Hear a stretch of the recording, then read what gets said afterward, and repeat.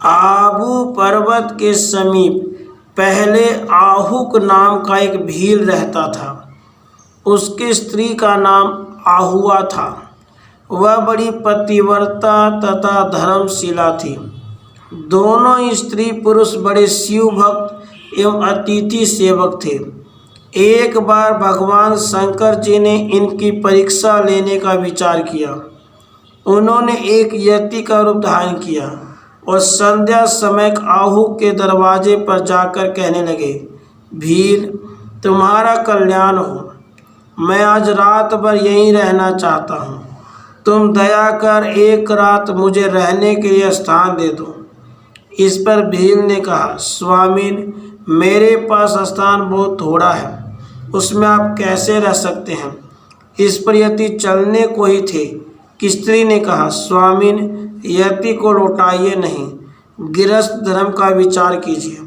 इसलिए आप दोनों तो घर के भीतर हैं।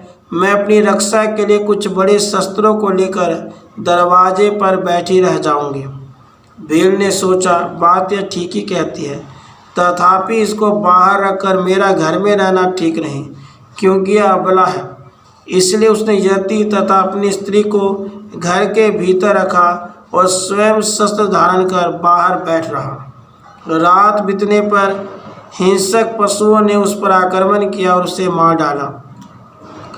प्रातः होने पर जब यति और उसकी स्त्री बाहर आई तो उसे मरा देखा। यति इस पर बहुत दुखी हुए, पर भीलनी ने कहा, महाराज, इसमें शोक तथा चिंता की क्या बात है। ऐसी मृत्यु तो बड़े भाग्य से ही प्राप्त होती है। अब मैं भी इनके साथ सती हो जा रही हूँ। इसमें तो हम दोनों का ही परम कल्याण हो गया। यों कहकर चिता पर अपने पति को रखकर वह भी उसी अग्नि में प्रविष्ट हो गई। इस पर भगवान शंकर डमरू, त्रिशूल आदि आयुधों के साथ प्रकट हो गए। उन्होंने बार बार उस भीलनी से वर मांगने को कहा, पर वह कुछ न बोलकर सर्वथा ध्यान मग्न हो गई। इस पर भगवान ने उसे वरदान दिया कि अगले जन्म में तुम्हारा पति निषद देश में राजा वीरसेन का पुत्र नल होगा और तुम्हारा जन्म विदर्भ देश के राजा भीमसेन की पुत्री दमयंती के रूप में होगा। यह यति भी हंस होगा और यही तुम दोनों का संयोग कराएगा। वहाँ तुम लोग अनंत राज सुखों का संभोग करके अंत में दुर्लभ मोक्ष पद को प्राप्त करोगे।